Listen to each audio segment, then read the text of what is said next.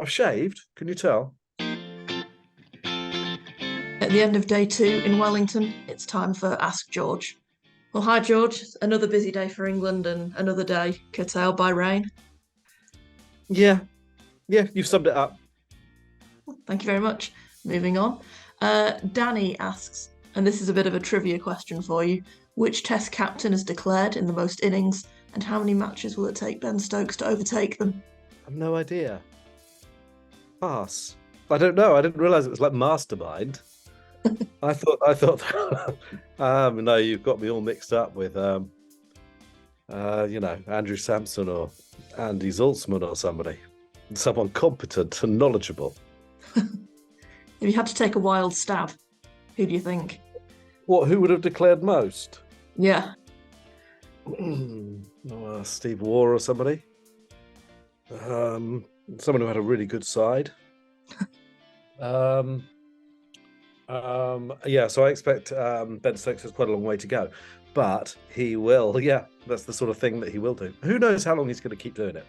And on a similar theme, do you think England will enforce the follow-on if they're given the option? I do, actually. Maybe more so since it rained.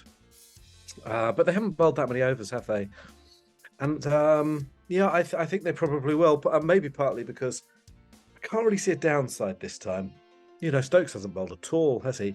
So I don't think they're going to be particularly tired. They might want to finish it off in one go. There's still a little bit in the pitch. I don't think it will deteriorate, so I don't think they're taking a risk if they don't. So I think they probably will. Ian Gatwood asks, Ollie Pope's catch to get rid of Mitchell was one of the best I've seen. What are your thoughts? It was brilliant. It reminded me one, actually, from a million years ago. I reckon it was the 1981 Ashes, and I can't remember who took it, but Ray Bright was the bowler, David Gow was the batter.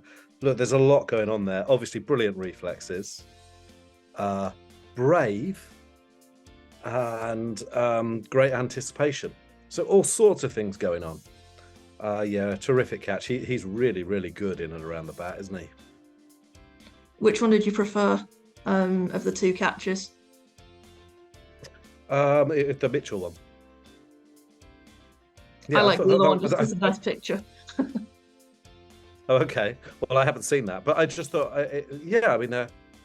this team take a lot of good catches, and it's good in different ways to other ones. But I thought it was, I don't know, it showed a lot of good things: concentration, commitment, or all that stuff. Brilliant. Sushant asks, who will open in the Ashes? And he gives you a couple of options: Crawley, Root, Brook, or Bairstow. Yeah, well, I've written now that I think Ben Stokes should do it. I still think that. So I would have Stokes replace Crawley, but I think most likely right now is that Crawley continues to do it and Bairstow replaces Ben Foakes. Ben Foakes didn't do his argument to be retained a lot of good by slipping over and getting stumped for naught today. But in a way, I mean, amazing that someone who's so elegant in everything he does can make such a mess of something. But I'd stick with Ben Stokes and Ben Foakes, and I think Ben Stokes we can get more out of as a player. Matt Hallett asks, 12 months ago, Brook's first-class average was about 27 from 49 games. How's he gone from that to this in just a year? Good question. Don't think he was in a bad place a year ago. I think he started his career very young and struggled and has changed his game a lot. He was actually asked a very similar question a couple of days ago. He talks about having changed his trigger movement and since then having excelled. So obviously in the last 12 months, I think actually he finished the season before quite well in county cricket. So it's probably been going back 18 months or something. He's just gone to another level. And he's got to sustain it, and bowlers will work out ways to bowl to him. He's not going to average 100 really, is he? But he does look very, very good. It's not like he's been lucky. He's very, very good. It'd be very hard to bowl to. And the Cricket Draft asks, considering most of the batting has been done with only 2 serious contributions from Stokes, does it make what England are achieving even more remarkable? Yes. It's really interesting, isn't it, that every captain Ben Stokes has played under has been able to rely on Ben Stokes to save them. at various times. You know, every captain he's played under would be so grateful for him. And he doesn't seem able to do that for himself. But he's doing such a great job getting the best out of everybody else, it doesn't seem to matter. It does seem to have affected his form. But, you know, if they go on winning like this, does it matter? I don't know the answer, actually. I mean, as you're probably aware, I've written about this today. I am a bit concerned about him. And I hope that someone urges him to, you know, think about himself more. I think he's a fantastic leader. And he has been so selfless that it is compromising his form. Eventually that will hurt the team. But how can you criticize someone who is so committed to everyone else doing well and who's turned around the results to this extent? We already knew he was a brilliant cricketer and a brilliant leader, but he's actually turning out to be a brilliant captain. But I'd love to see him get the best out of himself. It's one of the few missing pieces in England's jigsaw, and if you have a fit and firing Ben Stokes, you know, maybe they can win the World Test Championship to add to these 2 limited overs World Cups. So that would be really something, wouldn't it? Yeah, I thought it was interesting what you said in the piece as well. No spoilers, not too many spoilers anyway, about whether there's actually anyone in the England dressing room that will say to him, you know, it's time for you to actually focus on yourself again. Yeah. And I don't know the answer to that. Maybe McCullum will, or maybe McCullum's so in tune with the relax, be happy mantra that he won't either. But sometimes you need your friends to tell you things you don't want to hear.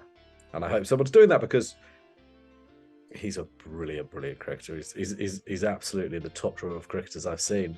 And his career averages are, well, they're very good. But they're by the standards of player he is, they're relatively modest. Now, maybe that doesn't matter. Maybe it's about winning things. And he has, you know, played a huge role in winning 2 World Cups. But he gave it away. He gave his wicket away today, really, with an ugly hack. And I think I said out loud in the press box, "You're better than that, Ben." And he is. And I say it fondly and with a lot of respect. I think he's a brilliant cricketer and a brilliant guy. And I'd like to see him make the most of himself. That's reasonable, isn't it? Yeah. And just finally, after yesterday's Ask George, everyone's very invested in what happened with your luggage. So do you have an update on your possessions? I've got my bag.